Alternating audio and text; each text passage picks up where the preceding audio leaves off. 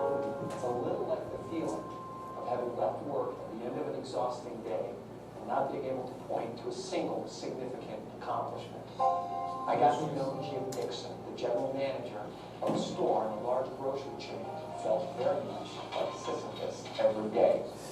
Store 334 had the worst financial performance of 250 stores in the division. People didn't want to shop there, and they liked to work there. Every day Jim came to work, he would do what he called the head slap over the same old problems. Carts scattered in the parking lot, shelves not stocked, and a messy store. Not only had he hired people to do those things, he had hired people to hire people to do those things. Nothing in that store happened until Jim told somebody to do it. Now, the really sad part was that Jim had considered himself a good grocer and was considered a high-potential manager when he was selected to be the GM a year earlier.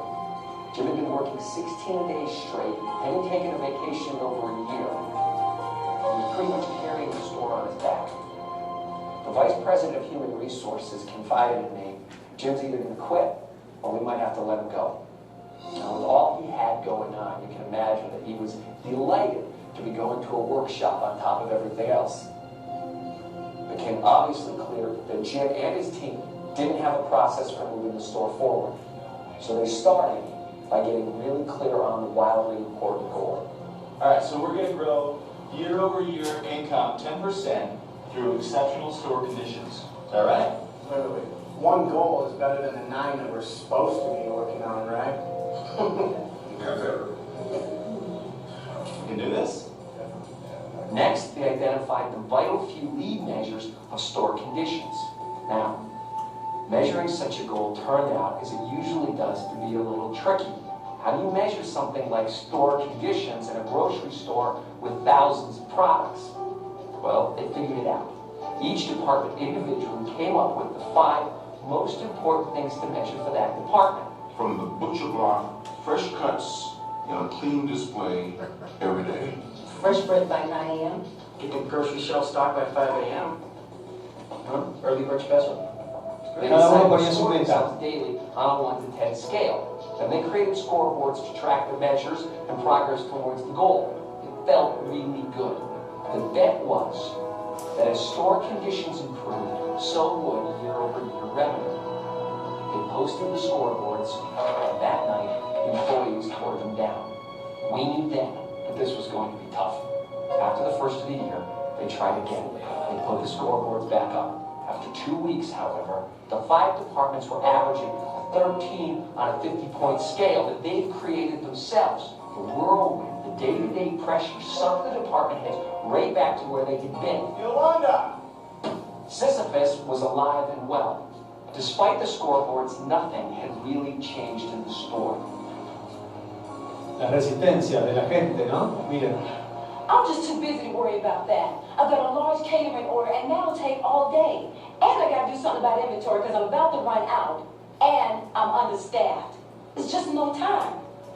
Despite all the work that had been done, there was no cadence of accountability. There was no regular weekly accounting to say, here's what I did last week, here's what I'm going to do this week to move that score.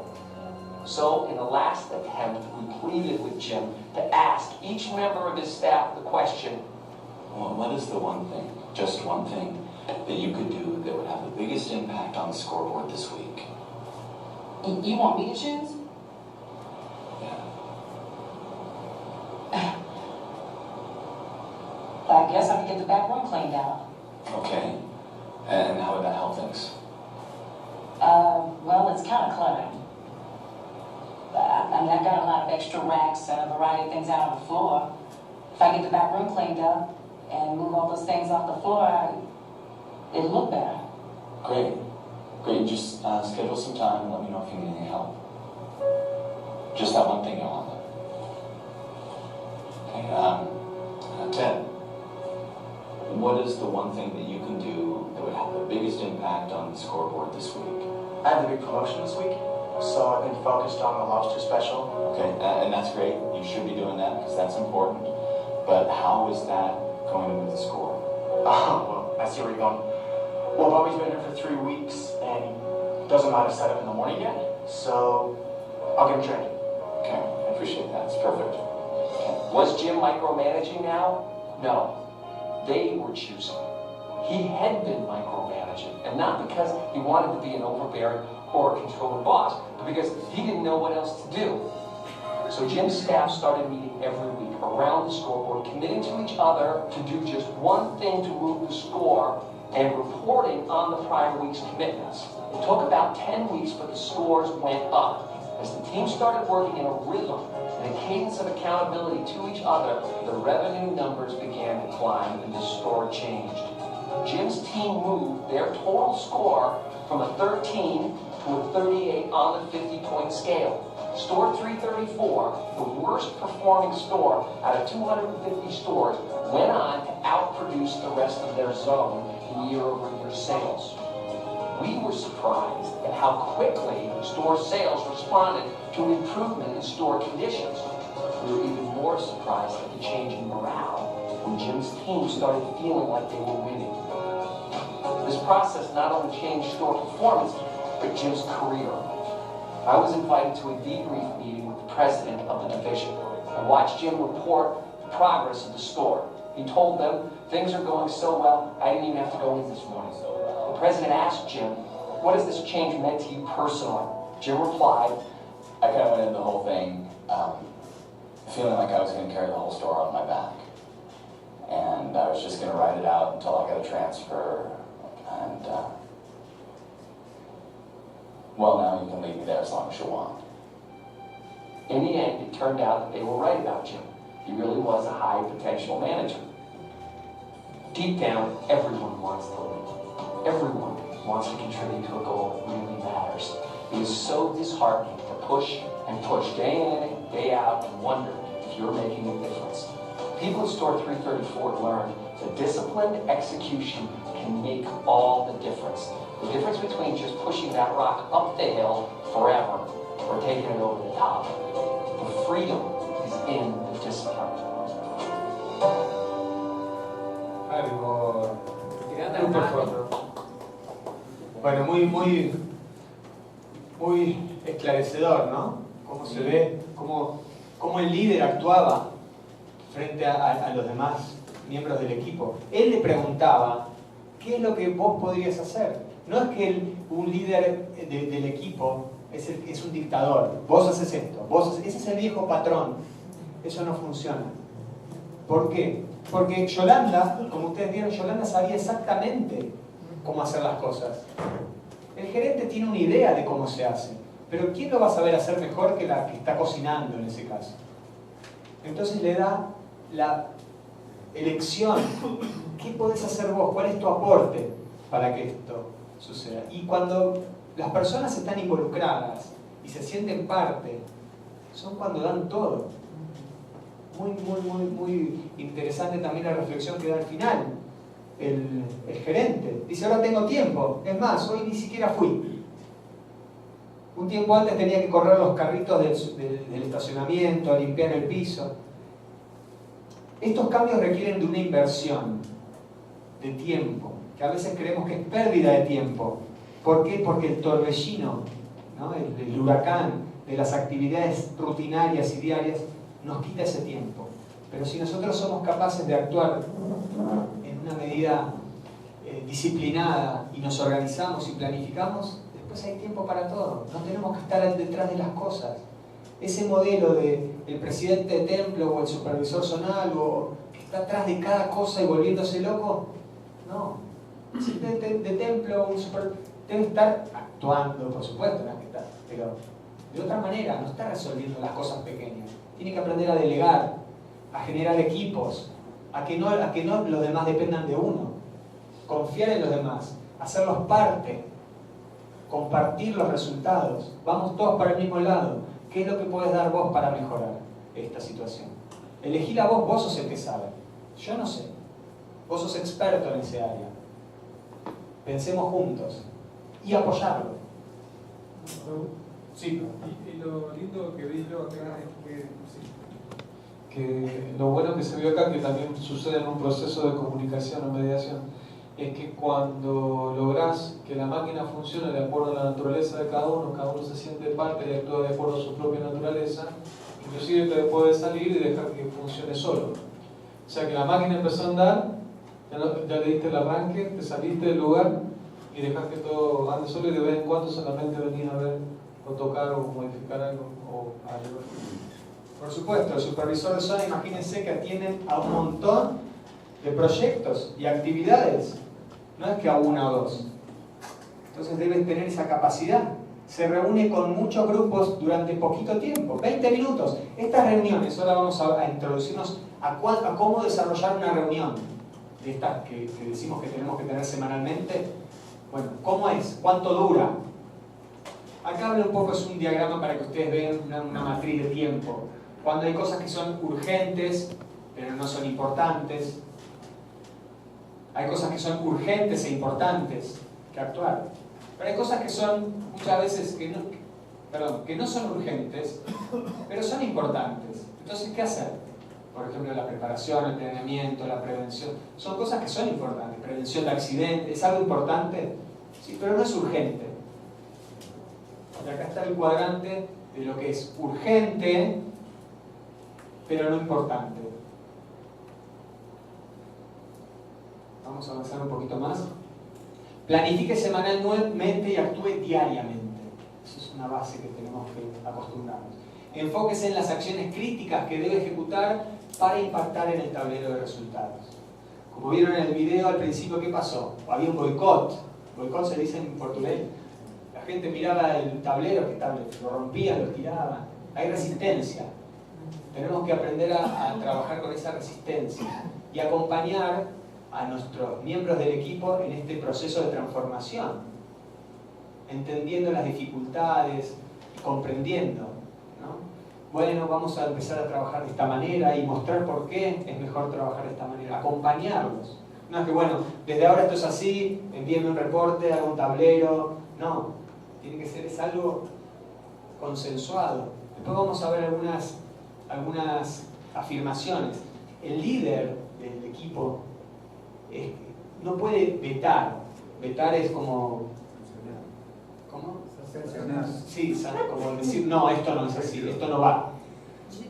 Puede opinar, pero cada miembro va a tener esa facultad, esa potestad de poder ser parte. Acá tenemos, como vimos antes, Rupa preguntaba una agenda, no me acuerdo qué. Hay distintos sistemas, algunos, como les decía, más sofisticados que otros. Esto es algo bastante sofisticado, tal vez para nuestra realidad, cada uno lo verá, donde dice qué reunión, las tareas, estos son tasks, son tareas, los objetivos, para cuándo, quién lo va a hacer, quiénes son los miembros del equipo, quién está a cargo, los compromisos, las metas crucialmente importantes. Es algo bastante complejo, pero uno lo puede llevar de forma más simple, con una agenda. Sí.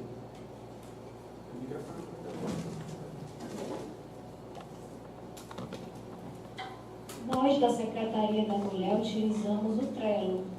Não sei se o senhor conhece, é um aplicativo que ele está disponível para o celular e para o computador. A gente consegue colocar documentos que todos nós precisamos acessar online, assim, qualquer computador a gente entra na nossa conta e baixa. E para os devotos que queiram conhecer, ele é bem simples, facinho, você pode colocar metas com avisos, vai para o seu e-mail dizendo que a meta está perto de vencer. Você pode colocar contatos, é bem interessante. Muy bueno. Acá la madre propone que tiene un sistema que está utilizando. Después, el que esté interesado puede hablar con ella. ¿Puede escribir? En el grupo de WhatsApp, lo puede escribir ahí en el grupo de WhatsApp para que todos lo compartan. Hay cosas mucho más. Nosotros utilizamos una, como también de mind mapping, que Cana nos compartió, diferentes herramientas que hay. Algunas más simples y otras más sofisticadas, ¿no? Sí, pero... Sí, antes de que pasemos de esta tabla, Sí. Antes de que pasemos de la tabla, yo vi que no solo el gerente de la empresa tenía el conocimiento de la tabla, sino que cada uno de los empleados, ¿no? En este caso, lo que nos está enseñando es una utopía o realmente se va a poner en práctica, porque el curso había sido dado hace varios años y en la realidad, por lo menos en el lugar donde estoy, el presidente del templo ni sabe qué reportes recibe el GBC o bueno, su secretario supervisor zonal. Entonces, no tenemos conocimiento de qué es lo que está ocurriendo, qué información se da. No sé si se han llenado los formularios, o si se llenan o no se envían, o se envía solo una parte de la información, porque tal vez ese manejo de la información tal vez también no conviene los reportes reales que están pasando, ¿no? Porque si yo soy de supervisor zonal y un presidente del templo me dice de que tiene 4 iniciados que vienen al templo y 2 bajas todos los domingos, entonces yo pienso que un poquito debería llamarle la atención al secretario. Supervisor zonal. No, el supervisor zonal manda sus reportes al GBC. Sí. Entonces, este secretario zonal, yo pienso de que tiene que parar las orejas y decir qué está pasando en este teatro, por qué está pasando esto. Sí, sí. Desde ya que lo que estamos hablando acá es un cambio cultural. Esto es algo novedoso para la mayoría de nosotros. No quiere decir que el cambio va a estar dado de la noche a la mañana, pero debemos tener eso como líderes, todos los que están acá, de cómo deberíamos actuar. ¿Está bien? Tengo que moverme un poquitito, después seguimos. Entonces, nos vamos a circunscribir, vamos a... Sí. Só complementando, só para, pelo que percebi, entonces es un proceso, né? Como que proporcional. Entonces, quanto más se escucha, se delega y empodera, más vamos a tener los resultados, más las personas van a sentir parte, como un proceso, ¿no? Nosotros tenemos que cambiar un poco esa cultura que se viene dando y aportar este tipo de herramientas que son las que funcionan. Va a llevar un tiempo tal vez, pero sabemos más o menos hacia dónde queremos ir. ¿Está bien? Por eso es importante todos los que estamos acá presentes, que ya estemos con eso en la cabeza. Tal vez lleve un tiempo, no sabemos, 1 año, 2, 5, 10, no sabemos, pero seguramente algo va a cambiar. Eso no tenemos dudas, que ustedes van a regresar a sus zonas diferentes de cómo vinieron. Ahora estamos hablando de las reuniones del equipo de ustedes, de su equipito. Ya no estamos hablando de reportes a nivel supervisor zonal con el GBC. No, algo más ahí, el proyecto que ustedes estén desarrollando. Tiene que ver con esos reportes. Vamos a tener 1 o 2 videitos más muy lindos de cómo desarrollar esas reuniones. Este es... Sí. Bien, vamos a mirar un par de videitos más. La idea de mirar videos, cuando estuve preparando un poco la presentación, es que puedan tener cosas visuales y con ejemplos claros para que ustedes puedan llevarse esta información. Entonces, ¿te acordás de Home Depot? El ejemplo, ¿te acordás de los que juegan a la pelota? Bien. The goal of any athletic team, the goal of a great organization is to create winning streaks, where success is not dependent upon the leader, but is built into the system, and the team wins again and again, season after season. Más fútbol, ¿eh? Great leaders institutionalize success by building enduring structures and systems that align with their goals and strategy. Let's look at the systems that help create the best winning streak of all time in women's soccer.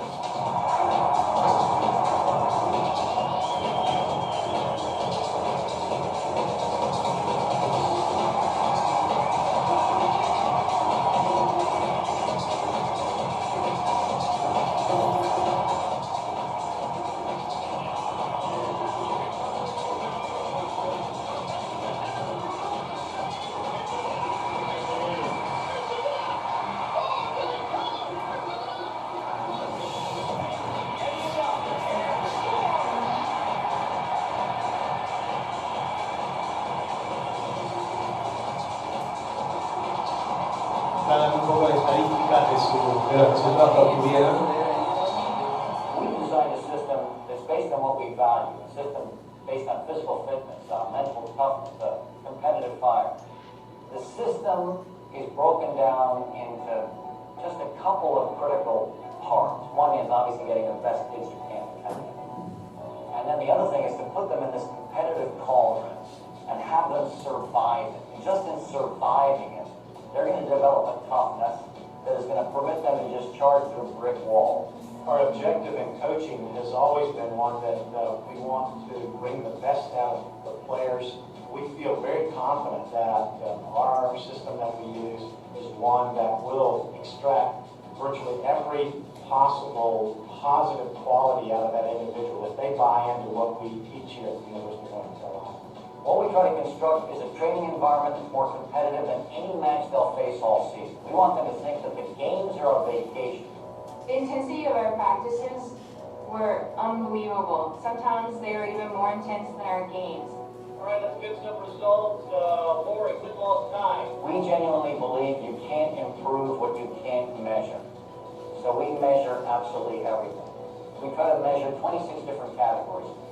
Right after a competition, that thing is posted on a bulletin board, and before every single practice, you will see players stealing a look just to see where they are in the competitive matrix that day. It motivated me tremendously to get better at those things because I didn't want my name at the bottom of the list. Again, what's going to happen if you stay in a 2 rhythm, eventually you'll be trapped. Right there. Thank you for proving my point. To build a culture of accountability, we meet 3 times a year. And in these conferences, we're reviewing 3 things. We start out with their academic goals. Then we move into their career goals. And then we start to set up their athletic goals. Good. I have an obligation to take these young women to their potential. And it's not just an athletic potential, it's a human potential. I want them to become the absolute best possible people they can be. What shocks people is when they read our core values. We have 12 of them, and not one of them deals with athletics. It deals with the construction of character. They evaluate themselves against them, they evaluate their peers against them, and it is a genuine, positive part of our culture. I was driving to work one day, I saw this figure sprinting in a park. And sure enough, this was Mia. This stuff she was doing is what we call cones. It's an excruciatingly exhausting fitness exercise. And between these bursts of effort, you could see her, hands on her knees, just warm air shooting from her lungs. And I was so impressed, I scribbled a note to her, dropped it in the mail, and it said, "The vision of a champion is someone who is drenched in sweat at the point of exhaustion when no one else was watching." This was the final measure in her athletic rate, to have this capacity to drive herself. We tweak our systems on a regular basis. They're not static, they change. I think each year, Anson realizes that, yes, he has a system in place, but each time new kids come in, he really has to sort of mold that system to those girls. The year that Mia Hamm graduated, what's going through your mind is, oh my gosh, you're never going to win again. And then what ends up happening is you realize, you know what, that kid that's been waiting in the wings, been dying to express herself, is ready now. You've been training her for a couple years. She competes like the other kids in your program, and you can survive the graduation of Se iba de la universidad, se había graduado y iba a dejar de jugar. The reason we win is we just assemble all this talent, throw it out there, and that's what wins for us. I guess what we've learned over time, we've been doing this for about 30 years now, is talent is sometimes overrated. So what we want to focus on in our recruiting process is self-discipline, competitive fire, and self-belief. You have a lot of courage. I respect that. In 1991, the first ever Women's World Championships were taking place in November in China. Anson was coaching both teams, North Carolina and the national team. There were a lot of enjoyable things about 1991. One of them was we won a world championship. But I wasn't here when our collegiate kids were playing for their own national championship. I can remember wondering before the game began exactly how we were going to score. Our team was a little bit disheveled because of the fact that we'd lost 2 of our better players, and Anson was gone, and there was some insecurities within our team. Keep in mind, we took the 2 best with us to China, Mia Hamm and Christine Lilly.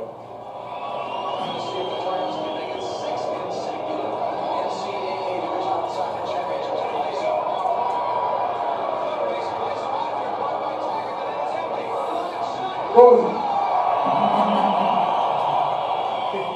over there in China getting getting reports from our team here, and the culture and the systems were still in place. The assistant coach and the rest of the team absolutely rocked.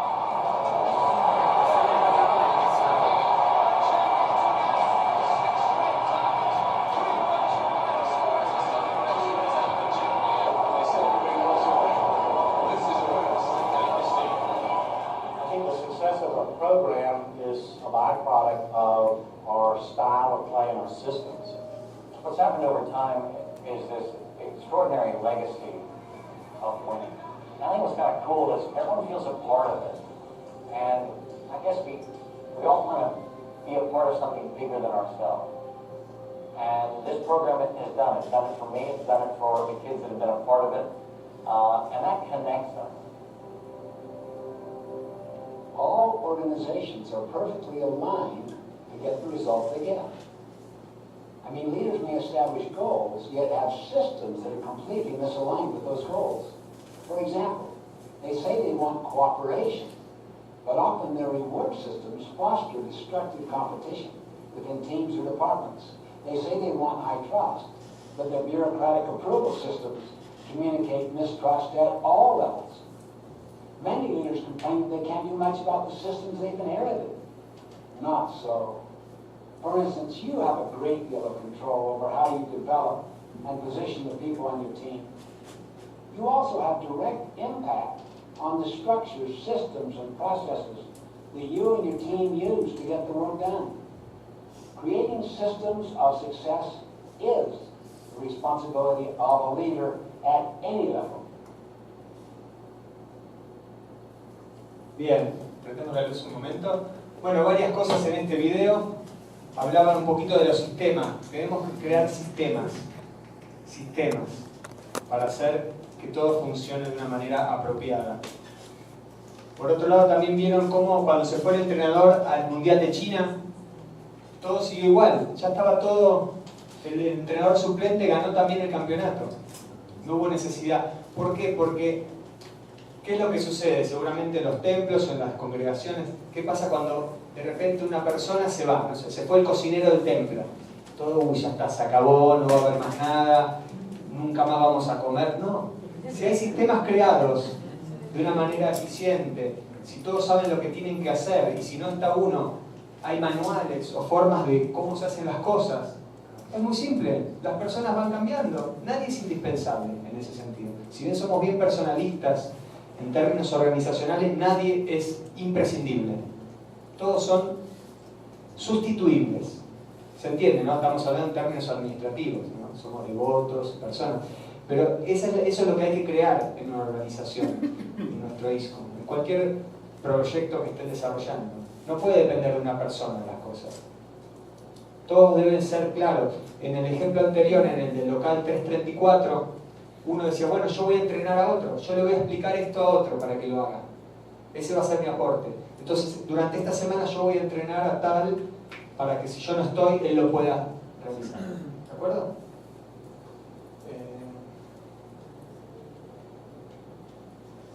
Hablamos de la rendición de cuentas. Acá tenemos un pequeño esquema de compromiso, ¿no? Tenemos acá qué es lo que va a hacer tal, Greg, obtener el contrato del proveedor para tal fecha, para el 7 de julio. Acá tenemos otra reunión con Greg para finalizar el plan del proyecto el miércoles 14 horas. Uno anota qué es lo que tiene que hacer, cuáles son sus tareas. El equipo se define por sus metas, no por su estructura organizacional. Un equipo. ¿Qué es un equipo? ¿Quién puede dar una definición rápida de qué es un equipo? Conjunto de personas con un mismo objetivo. Eso es lo que tenemos que lograr. Que el equipo tenga un mismo objetivo y que todos se sientan parte y estén motivados y vayan en la misma dirección. Si no es alguien, una persona, el líder, que los demás no están comprometidos. Ahora vamos a ver brevemente las sesiones, las reuniones que van a tener ustedes en el futuro, y bueno, las van a tener que hacer prácticamente para que nosotros vayamos pudiendo monitorear su aplicación. Entonces, las reuniones